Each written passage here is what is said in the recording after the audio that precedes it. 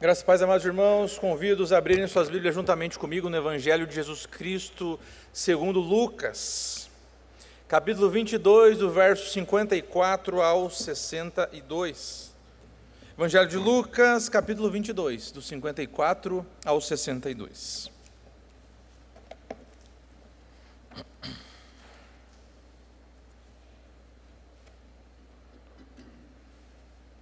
Evangelho de Lucas, capítulo 22, do 54 ao 62, diz assim: Então, prendendo-o, o levaram e o introduziram na casa do sumo sacerdote. Pedro seguia de longe, e quando acenderam fogo no meio do pátio e juntos se assentaram, Pedro tomou lugar entre eles. Entrementes, uma criada, vendo-o assentado perto do fogo, fitando-o, disse: Este também estava com ele. Mas Pedro negava, dizendo: Mulher, não o conheço. Pouco depois, vendo o outro, disse: Também tu és dos tais. Pedro, porém, protestava: Homem, não sou. E tendo passado cerca de 1 hora, outro afirmava, dizendo: Também este verdadeiramente estava com ele, porque também é galileu. Mas Pedro insistia: Homem, não compreendo o que dizes. E logo, estando ele ainda a falar, cantou o galo. Então, voltando-se o Senhor, fixou os olhos em Pedro.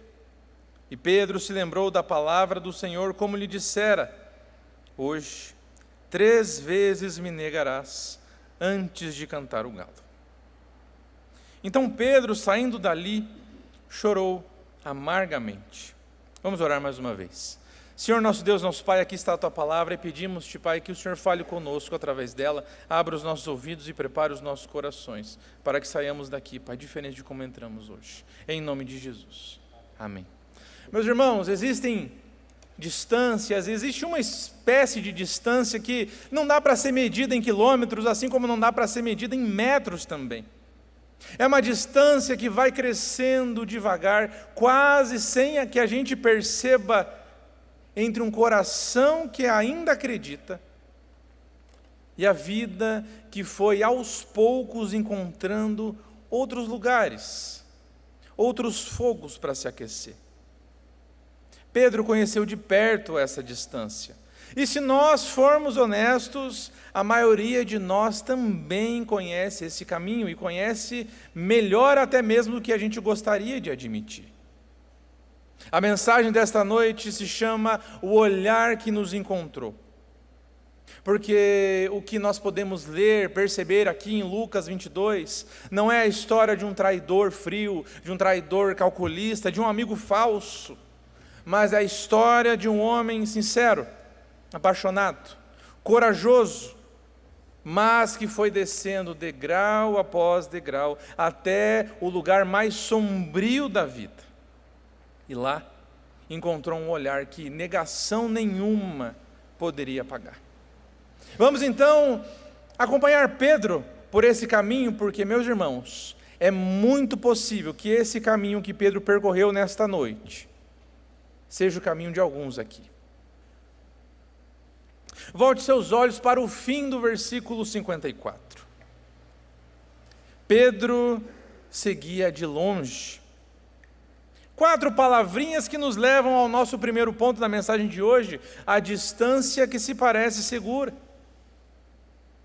Foram apenas 4 palavras, meus irmãos, e Lucas, o evangelista, não precisava mais do que 4 palavras para poder revelar como estava o coração de Pedro. Havia algo dentro dele que ainda não queria perder Jesus de vista. Mas havia também algo dentro de Pedro que não estava disposto a pagar o preço de chegar perto dele. Pedro seguia, mas seguia à distância. E essa posição meio termo, essa posição perto demais para se sentir culpado por ter saído, mas também longe demais para ser transformado pela presença de Jesus Cristo, é uma das posições mais perigosas que podem existir na nossa vida espiritual. A queda de Pedro, meus amados irmãos, ao contrário daquilo que a gente pensa, não começou no pátio. A queda de Pedro começou alguns tempos antes, alguns momentos antes, no jardim, quando ele dormia enquanto Jesus orava, e ele deveria estar acordado, vigiando e orando. A queda de Pedro começou quando ele não levou a sério aquele aviso de Jesus Cristo no mesmo Evangelho de Lucas, capítulo 22, versículo 31. Simão, Simão, eis que Satanás vos reclamou para peneirar como trigo. A queda de Pedro, meus irmãos, começou na autoconfiança que o fez dizer diante dos outros 11 discípulos: ainda que todos te abandonem, eu jamais te abandonarei. Cada degrau nessa escada da queda parecia razoável, cada recuo parecia algo temporário, e nós conhecemos esse caminho. A pessoa que para de se envolver com a igreja porque ela está ocupada demais, mas ela ainda vem no domingo, ainda ela vem na escola dominical, mas aí ela começa a parar de ir para o culto com regularidade, começa a parar de chegar no tempo correto para o culto, mas agora ela assiste online, e daqui a pouco o online fica esporádico e nem o online ela assiste mais também. E então, meus irmãos, silencia. Não tem culto presencial, não tem culto online. Mas cada passo sempre tem uma explicação plausível, sempre tem uma justificativa muito boa para se dar. Mas o padrão é o mesmo do apóstolo Pedro. Seguindo de longe, porque eu ainda tenho interesse para ver o que vai acontecer, mas eu não vou me envolver. E há ainda uma distância mais sutil, que não aparece na lista de presença, não aparece nos views do YouTube, quando a gente vê quem assiste e quem não assiste. Você pode sim estar em todos os cultos, você pode conhecer o novo cântico, pode conhecer a harpa cristã, o cantor cristão, do começo ao fim, saber os textos bíblicos de memória, mas ainda assim cultivar uma relação com Jesus Cristo que é mais um costume, é mais uma rotina, é mais uma coisa normal, porque eu sempre fiz isso, do que comunhão de verdade. Pedro estava no pátio, Pedro havia chegado, mas o seu coração, ainda que fisicamente perto, ele estava a quilômetros de distância já. Meus irmãos, a queda espiritual não é um salto, estou bem e de repente caí completamente espiritualmente, mas é uma descida suave, degrau após degrau, sem a gente perceber. Então, Pedro faz aqueles que tomam essa posição de meio termo, aquela posição que sempre faz assim, tenta se aquecer em um fogo que não é o seu, um fogo que não é o correto. Volte seus olhos mais uma vez para o verso 55 agora. E quando acenderam fogo no meio do pátio e juntos se assentaram, Pedro tomou lugar entre eles. O que nos leva ao segundo ponto desta mensagem, o fogo errado. Havia frio em Jerusalém naquela noite, estava frio, estava gelado, o Evangelho de João menciona isso. É importante dizer que Jesus ter suado enquanto orava no Getsêmani só demonstra quão aflito ele estava, porque aquela noite fazia frio, não havia motivo para suar. Pedro estava com frio, por dentro e por fora. Então ele se senta ao redor de uma fogueira junto com os servos, junto com os guardas do sumo sacerdote, aqueles que momentos antes haviam acabado de prender o seu senhor, o seu mestre. E sentado ali junto àquela fogueira, junto àquela roda de escarnecedores, ele começa a se aquecer. Perceba, meus irmãos, enquanto Jesus Cristo, não muito longe dali, sofria humilhação, sofria interrogatório, Pedro procurava calor, Pedro procurava conforto junto aos inimigos do seu Senhor. A sua alma estava numa geada espiritual e ele tentava remediar isso com um fogo errado. O problema não era apenas o ambiente, mas ao sentar-se ali naquela roda, aquela fogueira, aquele fogo estranho, Pedro começou a se adaptar.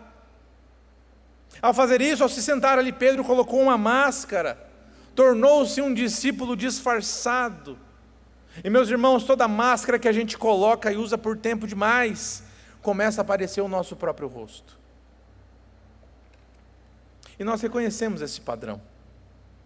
O crente que no ambiente de trabalho ele aprende a rir das piadas que ferem aquilo que ele diz acreditar, para que ele não pareça diferente, para que ele não perca as amizades, para que ele talvez não perca oportunidades de melhora no trabalho. É o crente que no seu grupo de amigos vai abrindo concessão após concessão, até que a sua identidade como crente, como cristão, se torna uma roupa guardada no armário que ele usa só no domingo. É o crente que depois de tantas decepções com a igreja foi se fechando, foi se distanciando e agora participa sem pertencer. Observa sem se envolver. Está presente, mas nunca inteiro. Então, vem a criada. Pedro estava lá no fogo, vem a criada. Meus irmãos, pense no absurdo dessa cena.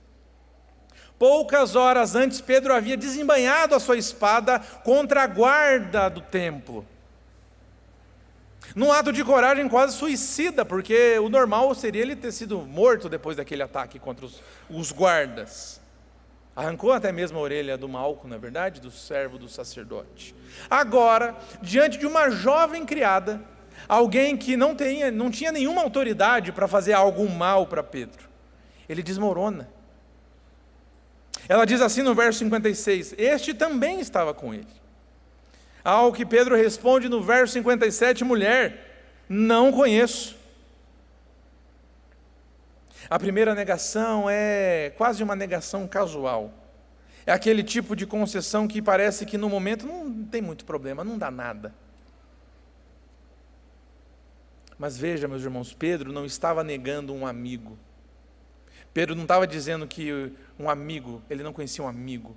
Ele estava negando o fundamento da sua identidade. Pedro estava negando aquele que havia confessado em Cesareia de Filipe: tu és o Cristo, o Filho do Deus vivo.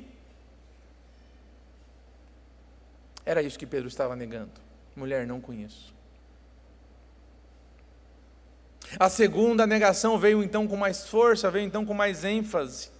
A terceira veio com juramentos e até mesmo maldições.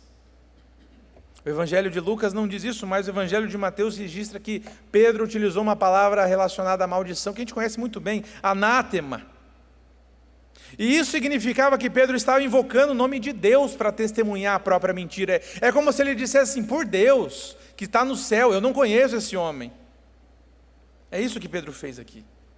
Quanto mais Pedro falava e quão mais alto ele gritava, mais escancarava o vazio que havia se instalado dentro do seu coração. Queridos, é assim que funciona a negação que nasce do distanciamento. Começa com silêncio, depois vai para omissão, e então termina numa identidade que vai sendo escondida pouco a pouco. Então, quando alguém pergunta diretamente para você, a negação sai quase que natural, porque o coração já havia praticado tanto afastamento. E no exato momento em que a terceira negação sai da boca de Pedro, com maldições, com juramentos, o que acontece? O galo canta. Volte seus olhos para o verso 61.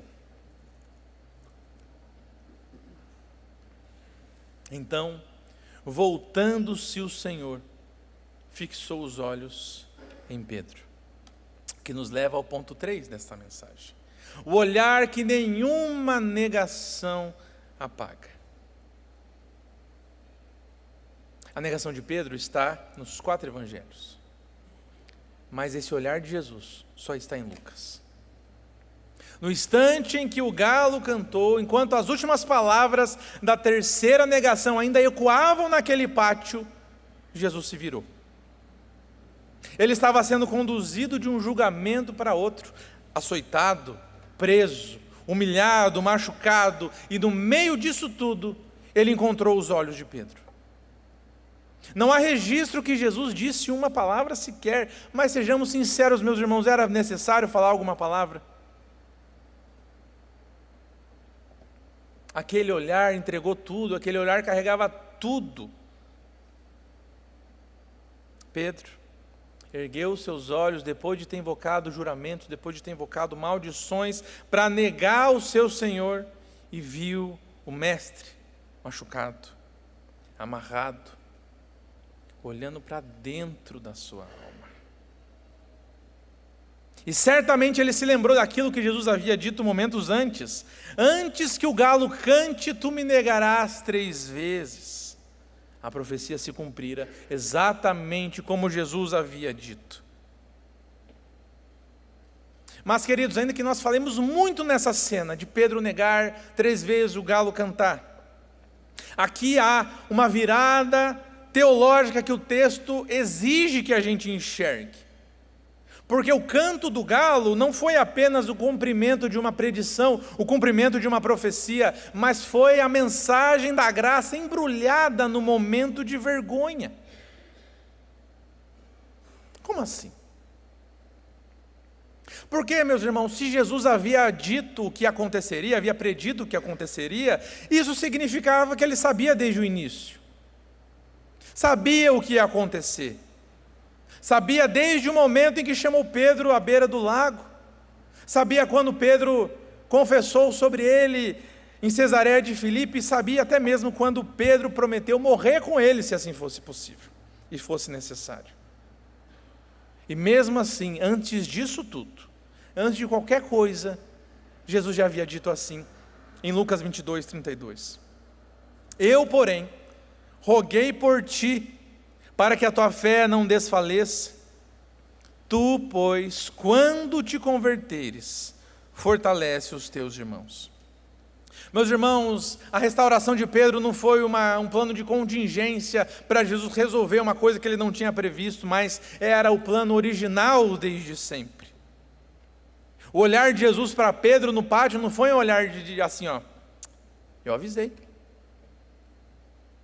Eu avisei que você ia fazer isso daí. Não. Foi um olhar de quem dizia assim: eu sei tudo, e mesmo assim já estava orando por você antes mesmo de você cair.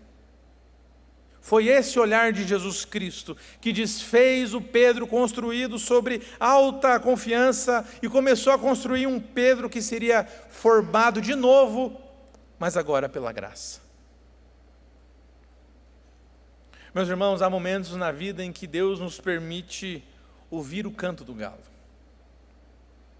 Seja uma crise, seja uma perda, seja uma palavra que nos faz parar, lembrar, cair em nós mesmos. Momentos que parecem ruptura para nós, na verdade são momentos de misericórdia. São momentos em que Deus, mesmo nos piores momentos, vira o seu rosto em nossa direção e o seu olhar nos encontra. Por fim, vejamos o verso 62. Então Pedro, saindo dali, chorou amargamente. Que nos leva ao quarto e último ponto desta mensagem, que é a restauração que encontra você onde você está. Pedro saiu, chorou amargamente. Perceba que esse choro de Pedro aqui é diferente do remorso de Judas. Judas também sentiu o peso do que havia feito. Mas a diferença é que o remorso é a consciência do pecado sem a ferida do arrependimento e sem o remédio do perdão de Deus. Ele fecha o círculo sobre si mesmo e sufoca.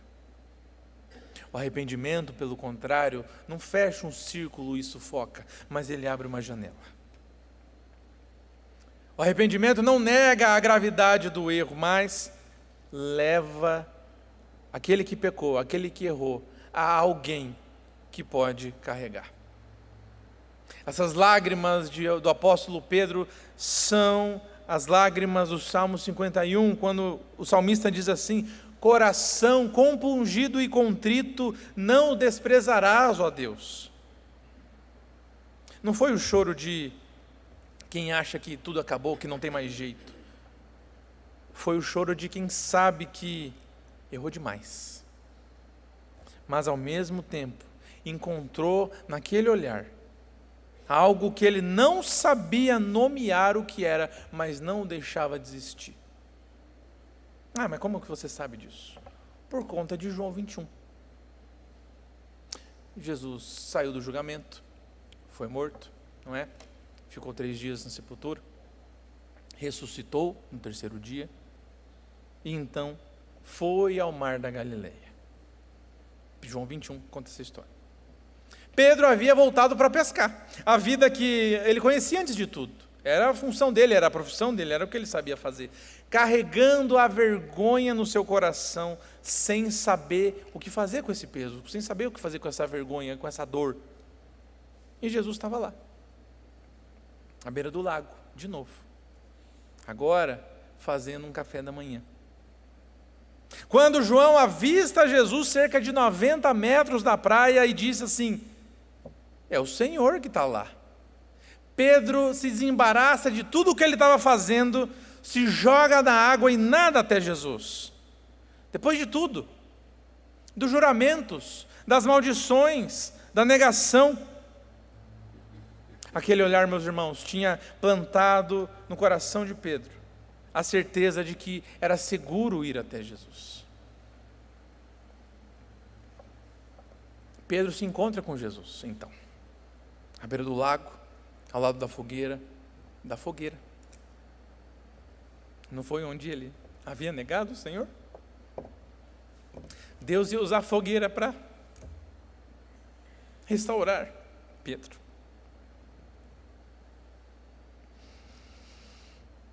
Jesus não disse nada sobre negação. Jesus não repreendeu Pedro. Jesus apenas serviu ali um pão, peixes e uma pergunta repetida 3 vezes: Simão, filho de João, tu me amas? Na 3ª vez, Pedro entendeu, não é? O que Jesus estava fazendo e, sem qualquer defesa, sem qualquer comparação, sem justificativa, disse assim: Senhor, tu sabes de todas as coisas, tu sabes que eu te amo. O homem que anteriormente havia dito assim: ainda que todos te abandonem, eu jamais te abandonarei. Agora ele entrega para Deus, para Jesus, a avaliação de si mesmo, falando: Deus, o Senhor que sabe, o Senhor sabe de todas as coisas. O Senhor sabe da minha dificuldade, o Senhor sabe que eu sou ruim mesmo. O Senhor sabe. Meus irmãos, essa é a transformação que só a graça opera. Não há livro que você leia, não há coach que você contrate, não há terapia que você faça. Só a graça pode fazer essa transformação na nossa vida. Ela não apenas perdoa, mas ela reconstrói sobre um fundamento completamente diferente. Foi assim com Pedro. Pedro, que havia negado, agora saía restaurado, não sobre si mesmo, mas saía restaurado sobre a graça de Jesus Cristo. Esse Pedro pregou no Pentecostes, que disse diante do Sinédrio assim: é necessário obedecer antes a Deus do que aos homens. É o mesmo Pedro que, tendo sido redimido, tendo sido reconstruído sob a graça de Deus, é aquele que a história da igreja diz que ele se negou a morrer crucificado como Jesus. Pediu para ser crucificado de cabeça para baixo.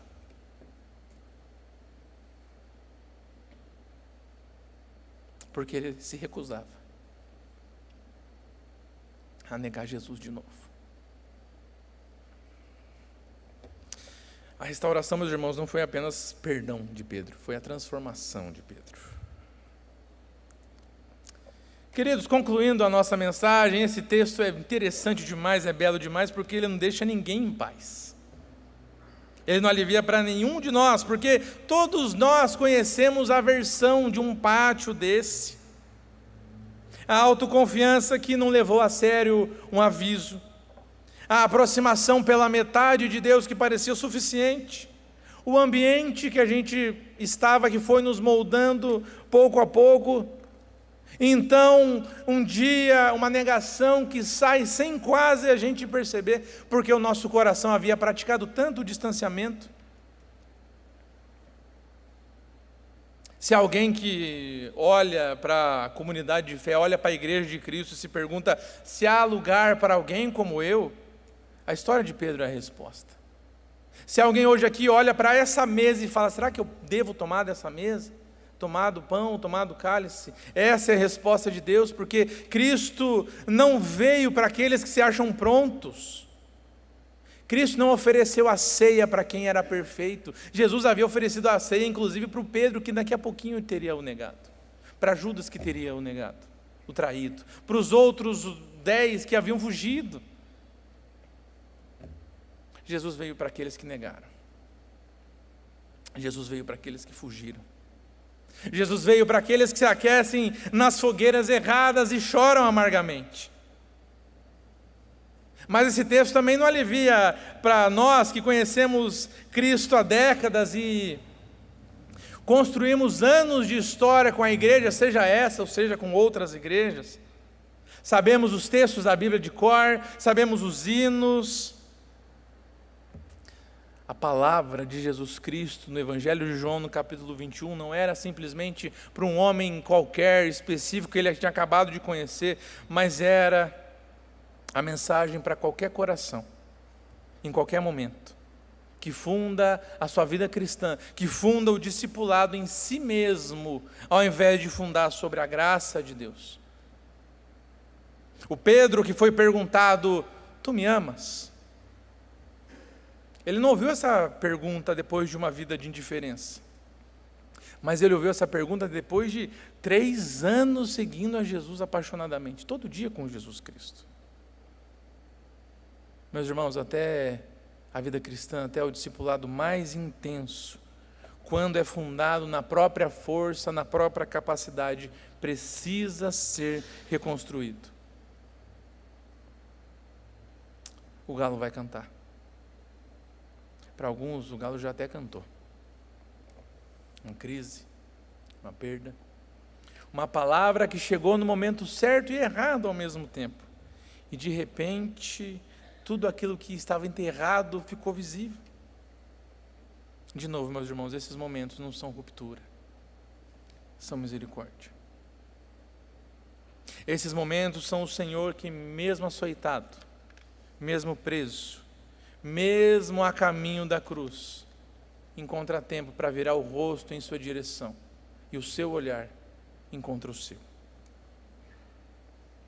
E esse olhar de Jesus para Pedro era possível porque Jesus sabia exatamente o que estava prestes a fazer com aquele peso da negação.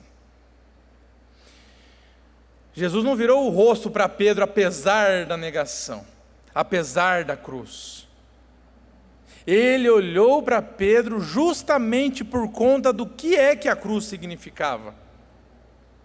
Os pecados de Pedro, a negação, os juramentos, as maldições, tudo aquilo, meus amados irmãos, foi carregado por Jesus Cristo, horas depois, para que nenhuma negação mais tivesse a última palavra sobre nenhuma vida. Por isso que aquele olhar de Jesus Cristo não carregava acusação, mas carregava algo que Pedro levaria para a vida toda, e demoraria um tempinho para entender completamente. Aquele olhar significava, eu sei, desde o princípio, e estou orando por você, mesmo antes de você cair, porque a restauração foi sempre o plano original. Então, meus irmãos, esse olhar não é o fim da história, é onde ela realmente acontece, é onde ela realmente começa.